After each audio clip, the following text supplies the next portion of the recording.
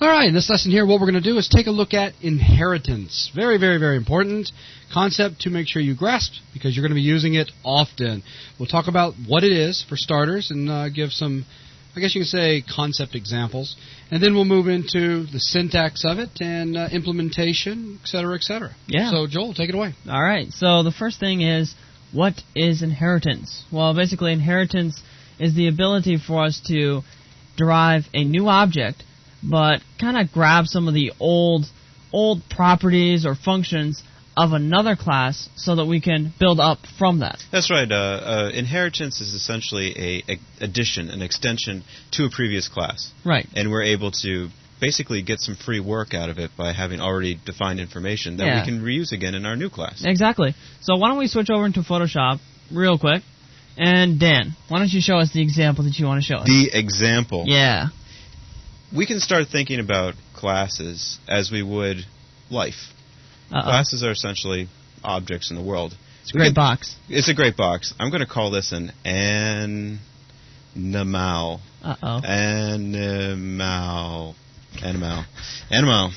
Okie-doke. And essentially, an animal is going to have some functionality to it. It's also going to have attributes. We could think that an animal, for instance, has 50 organs. And this information can be passed down to other classes, which we could consider to be, say, a mammal. So basically, a mammal is an animal. It is an animal, but we could also say a fish. So fish is also an animal. Fish is also an animal, but they're different. They'll inherit the same information with, say 40 organs. 50 organs. Right. Sorry. But we will be able to change the information if we want to. We could also say, just for one more example, a dog. A dog is also a mammal. It's a mammal, but it's not a fish. But it's not a fish. Right. That's important. It's a one-way street. It doesn't go both ways. Right. But we can change the information. Oh, yeah. We can change the information. So, like, say dog, we want to have 20 organs. I don't want to X the dog, but 20 organs. This will override this information of the 50 up top, but just remember that everything defined, like mammal, fish, will still have 50 organs. Right. As a default. Yeah. Because of the inheritance. Yep. Does that make sense? Yes, it does. Okay, good. All right, so let's switch back over into .NET, VTM2, and what am I thinking?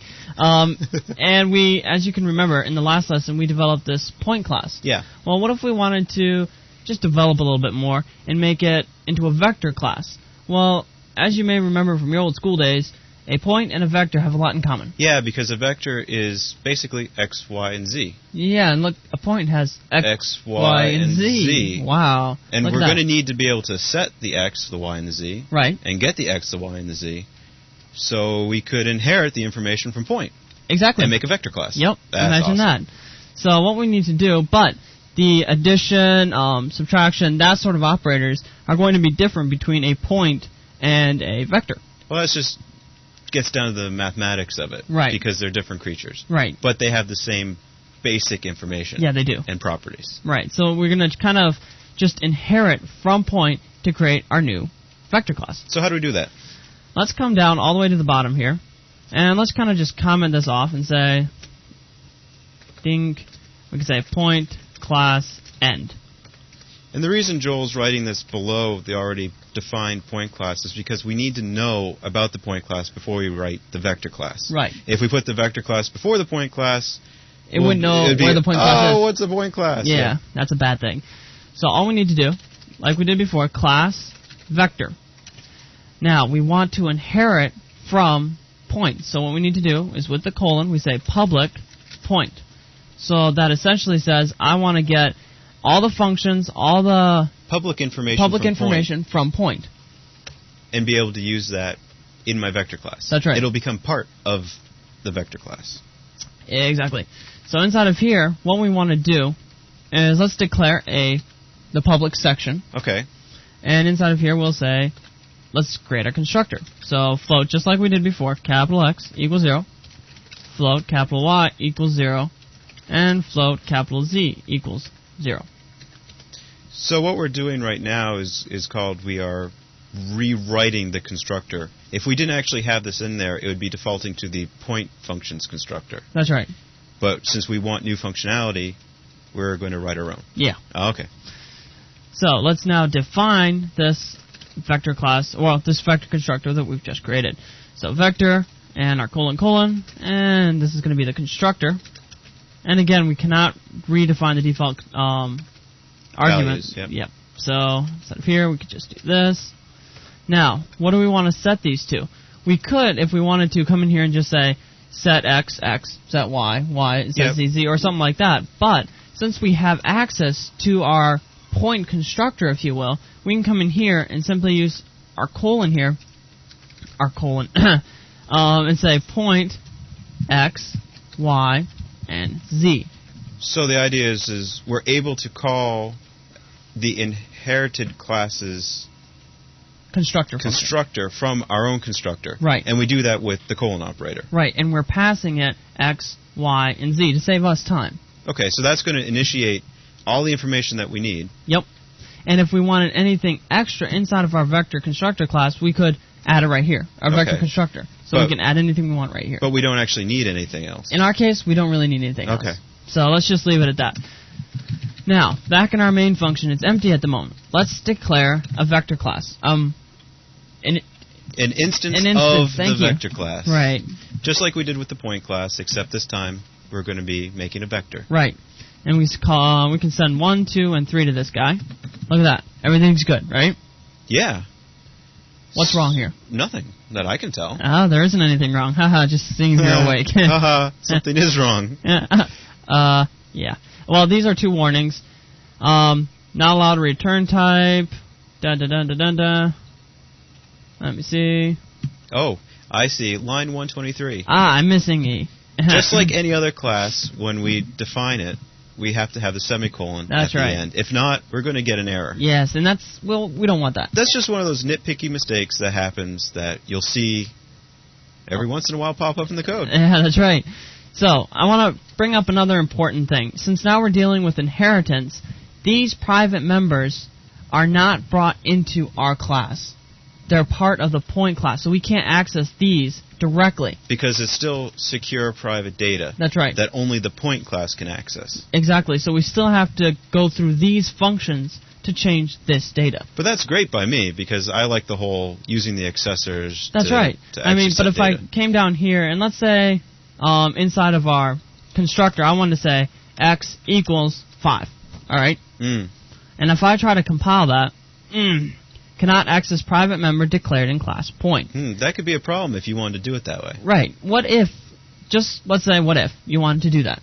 What you would need to do is come up to here, back to our point class here, and change this from being in the private section to being in the protected section. This is still not accessible to everyone outside.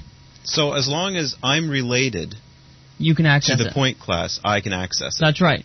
But it's not as global as our public section here. Because that's anybody can access Anybody can those. access it.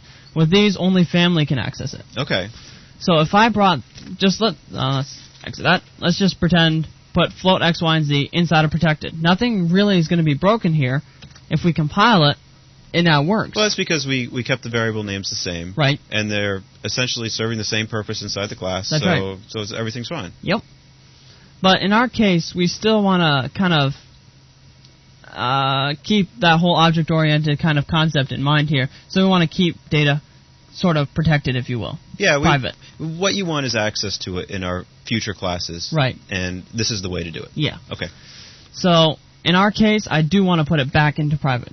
Okay, so nix what I just said. We want to keep it private. Yeah, that's what I meant. Okay, that makes sense. Yeah. No, that's fine because it is object-oriented. It's good to keep as much data as you can protected, Right. even from family. Yep. That's just good object-oriented programming. It is true. So inside of here, let's delete the constructor that we had here, x equals 5, since that's not going to work anyway. Yeah.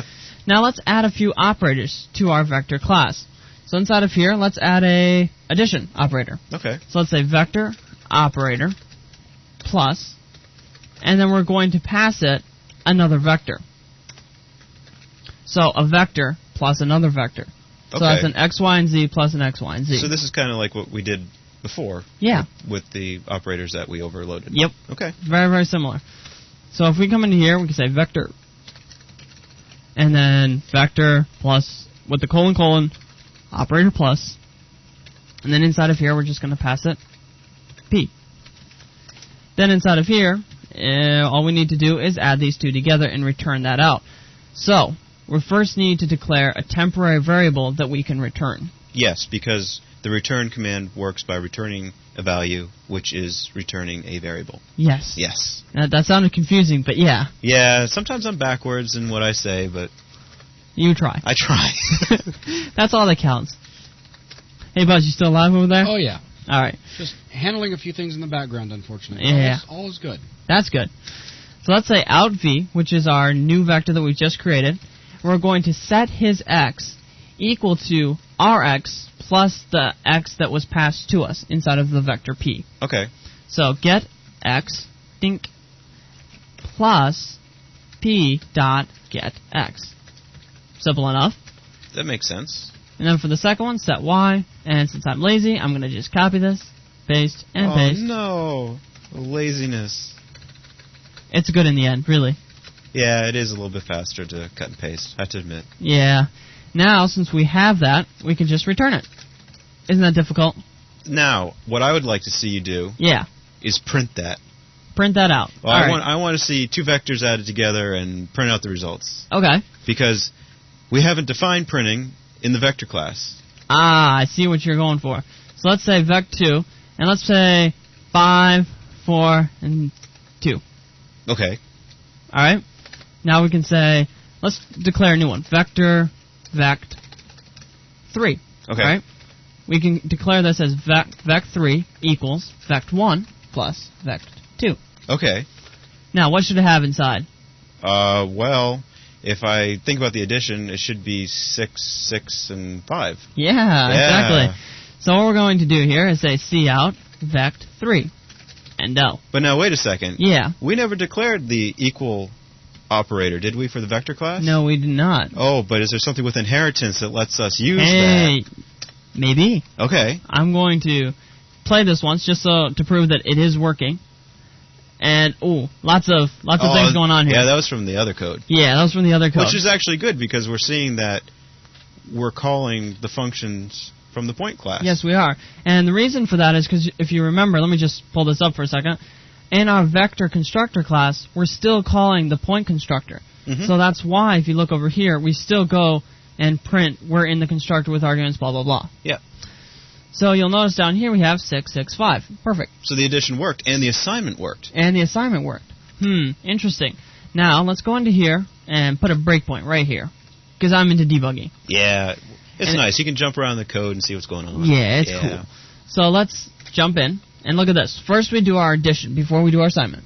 So we come into here, do our assignment, our addition, return out of it. Now, if we press F11 to step in again, dink, it just went over. Now, what it just did was it created its own equal operator in this case, because they're both vectors. Okay. So if we go stop debugging for a second. Which is what happened before we did a shallow. It was a shallow copy. Yes, it did a shallow copy, and it worked. So if we want, we can go ahead and create our own equal operator if we needed to. Okay. But in our case, you know what? We don't need to. Right. So let's come down into here. And now let's create a simple minus operator. How's that sound? That sounds good. So let's come into here and say vector. Now this is just what you've seen before, but we're just kind of driving it home because if you don't understand inheritance, you're going to have problems when you start dealing with a lot of different things. Programming games, API stuff, everything. Which would be in the next VTM. Yeah. Well, at least some game stuff would be in the next VTM. Yeah, it's important to have it all in there. So vector out v, and we do the same exact thing except we use minus instead of plus. Therefore, I'm going to be lazy yet again. Copy, paste, and change this to minus, minus, and minus. Simple enough? That seems simple. What did we miss? Did we declare it in the... No, we didn't. We didn't put a prototype. That's a bad thing. So let's come in here, put this prototype in here with our semicolon. Now let's just compile this, make sure everything's good, and it is. And if we come into here and minus this, but let's minus vector 2 from vector 1. That'll give us a better value, at least in my opinion. So let's print this out, and you'll notice if we just move this out of the way, we have 5 minus 1, 4, 2, and -1. So everything's working just the way we want. Seems to work. And what I'm just noticing now is that we never defined the output operator with cout. No, we didn't. But yet we're able to use it. Yes, let's go into here and debug, because I did forget about mentioning that one. It's kind of important. Well, it is, because it sort of will illustrate inheritance. Yes, it will. So let's go into here, and let's just press F11 at this point. And look at this. This is what we created before, but it's using point P, so it's accepting a vector even though it's looking for a point. Now, why is that? Well, because a vector is a child of a point. So a vector can be thought of as being a point, Yeah, as long as you only use the functions that a point has. that's right. So since a vector has points functions, Right. as long as we use points functions, We're good. going to be fine. We're good. Okay. Yeah. So inside of here, it prints it out. Everything's good. Woohoo! Life is great. Now, I'll do one final example, and that's how we can go about using vector multiplication. Okay. But in this case, we're going to do something interesting. If we did regular scalar multiplication, what would we do? The left side would be a vector. The right side would be Now, a double or something. let's talk about scalar multiplication Okay. and vectors a little bit. Okay. What exactly happens? The magnitude changes. The magnitude changes, which means You tell me. basically we multiply each Each x, component y, by and z by some number. some number, some constant, no, not some constant, some variable. Some variable. Right. So, It sounds complicated, but it's actually very, very very simple. simple. So, how can we do this? Come into here, and in this case, we're going to do a multiplier. And we'll just pass it a float x. Or no, let's not use x. Let's use Scale. scale. Now, inside of here, let's come over to here and say vector, because it's returning a vector, and operator, multiply. And it's going to be float scale, right? Yes. Now, same as we did before, let's just copy this. It's going to be a little bit different, but still very similar. And this is going to be changed to get x multiplied by scale. And multiplied by scale. You're not doing the cut and paste job. No, I'm not, but it's okay. So that's how simple it is. So if we come down into here, you'll see where I'm going in just a few seconds. Times 4. No, I'm sorry. Vect1 times 4. So that's going to make Vect1 4, 8, and 12. Okay. So if we print this out, dink, 4, 8, and 12. All is good, right? All seems very good. What if we happen to do this, though? 4 times Vect1. I don't know. Dink, we have an error. Binary multiplier. No global operator found, which takes type vector, or there's no acceptable conversion. The reason for this is it's accepting as the left operand a vector, and the right operand is going to be a float. That's because when you're dealing with overloading operators inside of a class, you sort of automatically get who you are. That's right. So you don't So need you it. get the this. Yeah, you get the this. What if we wanted to change it? Well, in this case, notice this is part of the vector class. In this case, we're going to have to make it. It can't be part of the vector class anymore. So in other words, we can't say 5 times a vector. Right. We can only say a vector times 5 because of the way functions work. Yep. Okay. So we need to change this to say, create a new function that overloads with the left side being the number and the right side being the vector. So is this going to look a lot like what we did above? Yep, with the output operators, output and input. If we just scroll back up here, it'll look very similar to this. This is going to be a vector. This is going to be a float. And this is going to be our vector. Okay, so this way we can actually define the operator, the Yep. argument list. Okay. So let's come back down to here, and let's do this guy. So operator, multiply, constant, float, because we're not going to be changing it. And we'll just pass it by reference. And this is going to be vector. If you want to say anything while I'm typing, I'm perfectly cool with that. Okay. Elevator music, I don't know, anything. I had a really lovely dinner tonight. It consisted of sort of Chinese food, some egg rolls. It was really good. Alrighty. I just thought, you said talk, so I'm just talking. That was a good effort, really. Yeah, thanks. What I'm impressed with right now, getting back to the code, is how little we've changed Right. to get so much functionality. That's right. And We don't because need we to haven't redo- changed really anything. Yeah, we haven't. We've just expanded, adding multiplication, subtraction, and addition. Yep. And everything else came along for the ride from the point class. Yep, set x, get x, all that stuff. Yeah, I mean, that to me is cool. Powerful. And yeah, cool. Very, very cool. So now we can do exactly the same as we did with this multiplier. Dink. Only difference is, well, let's get rid of that. This is going to be v dot get x, v dot get y, and v dot get z. Dink, dink. All is good. Now, if I compile this guy now, no more errors. And you'll notice that we still have this 4 multiplied by vect1. And if we run it, we still get the same value, just as if we did vect1 times multiplied by 4. So if you were to debug that, it would step into the function you just made. Yep. So let's go ahead and do that just to make Dan happy. So let's press F11 to step in. And you'll notice this is the function that we just created. So dink, everything works awesome. How's that? That's pretty cool. So actually with that really does... That's pretty much all there is to inheritance. Excellent. So with that, it's going to... Go ahead, Dan. I was going to say, and it's just amazing how fast it took to make a vector class.